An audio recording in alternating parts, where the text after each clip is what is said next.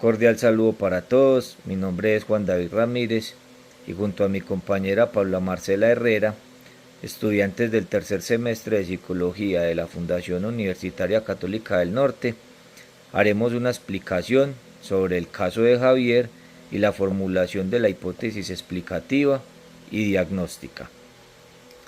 Javier, de sexo masculino, tiene 21 años de edad y actualmente es estudiante de psicología del quinto semestre.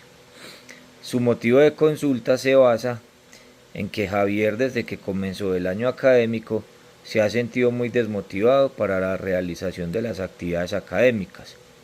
Expresa que tampoco se siente contento o feliz al llegar a las clases y que le está costando mucho trabajo levantarse en las mañanas para asistir a la universidad. Además, siente que no está entendiendo nada de lo que enseñan sus profesores, por lo que cuando llega a su casa se siente frustrado. En la psicoterapia psicodinámica, la formulación de las hipótesis explicativas es un proceso clave que nos permite comprender los factores que influyen en el malestar del paciente. Este análisis no solo toma en cuenta los síntomas manifiestos, sino que también explora las dinámicas inconscientes, los conflictos internos y las experiencias pasadas que han moldeado su funcionamiento psíquico.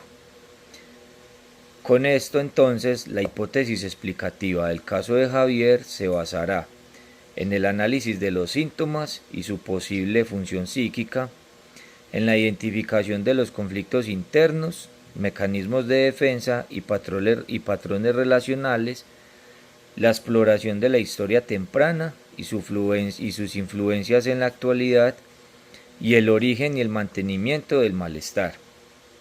Este proceso nos permitirá definir las áreas prioritarias de intervención terapéutica y nos permitirá establecer un plan de trabajo en función de las necesidades de Javier.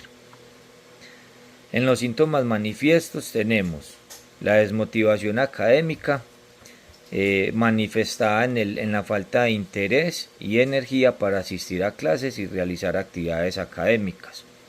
Dificultades cognitivas, manifestadas en problemas de concentración y procesamiento de la información.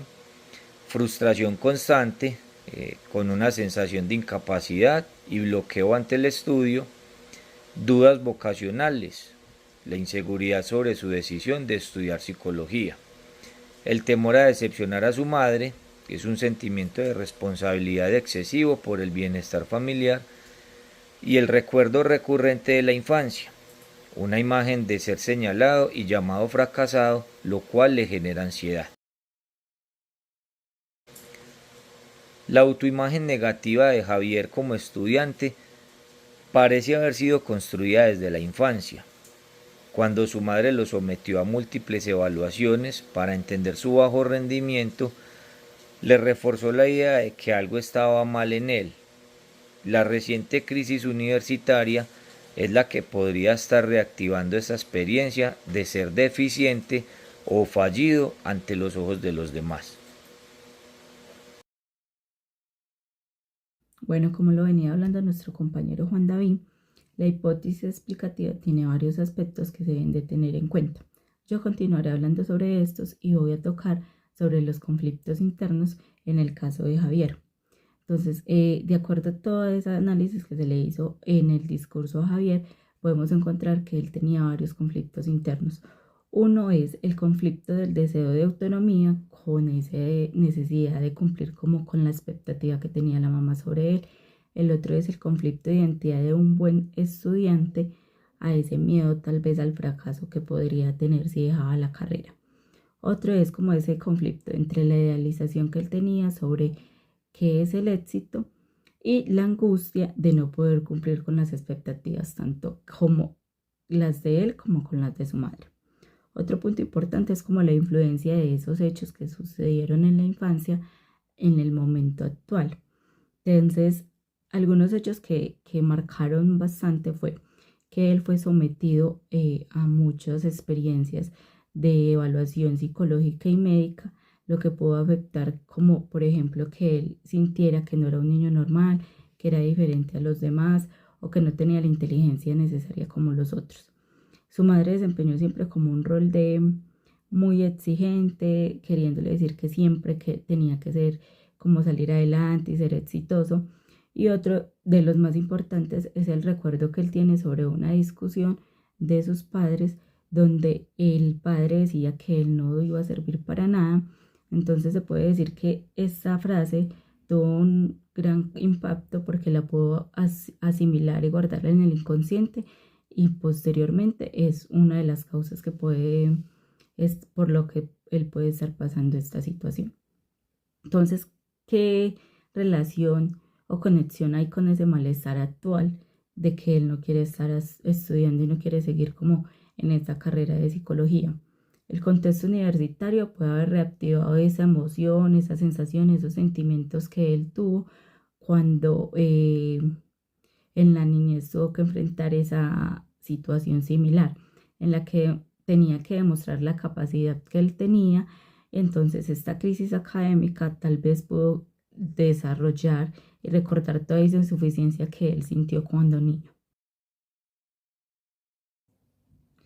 De acuerdo al análisis que se le realizaron a los síntomas, a los conflictos internos y a la historia infantil de Javier, se planteó una hipótesis diagnóstica tomando como referencia el CIE-10 y pusimos el código Z61, que hace referencia a los problemas relacionados con hechos negativos en la niñez. Algunos autores manifiestan que los traumas infantiles ocasionan en la adultez complicaciones de la salud mental. La historia infantil de Javier ha contribuido a generar como una autopercepción de insuficiencia, aparte que refuerza esto con la presión materna y con esa situación de siempre estar siendo evaluado por psicólogos y psiquiatras. Ese recuerdo recurrente que Javier tiene de la infancia ha creado como un contenido emocional reprimido que en esta situación emergió o surgió nuevamente cuando estaba en crisis. Bueno, como experiencia y aprendizaje, la elaboración de esta actividad me deja la importancia de conocer o profundizar mucho en los modelos psicodinámicos, porque nos damos cuenta de que son fundamentales en casos como el de Javier, porque esto nos permite comprender mejor como la raíz profunda de las dificultades que puede tener una persona más allá de los síntomas superficiales. Eso, a través de estos enfoques psicodinámicos, podemos identificar conflictos internos, experiencias tempranas no resueltas o dinámicas internas que pueden estar influyendo en el malestar actual de una persona. Muchas gracias. Bueno, ahora vamos a contar cómo fue la experiencia realizando este trabajo. Personalmente me pareció muy enriquecedor porque, tomando todo el caso de Javier, nos damos cuenta de la importancia que la psicología dinámica maneja, el enfoque que le da. Me pareció muy interesante que las preguntas que uno hace tienen que ser muy enfocadas para poder tener la información que se requiere para llevar el caso, y que gracias a esas preguntas elaboradas, enfocadas, podemos llegar a una hipótesis explicativa o una hipótesis de diagnóstico. Desde esa primera entrevista se puede ir planteando pues todo aquello.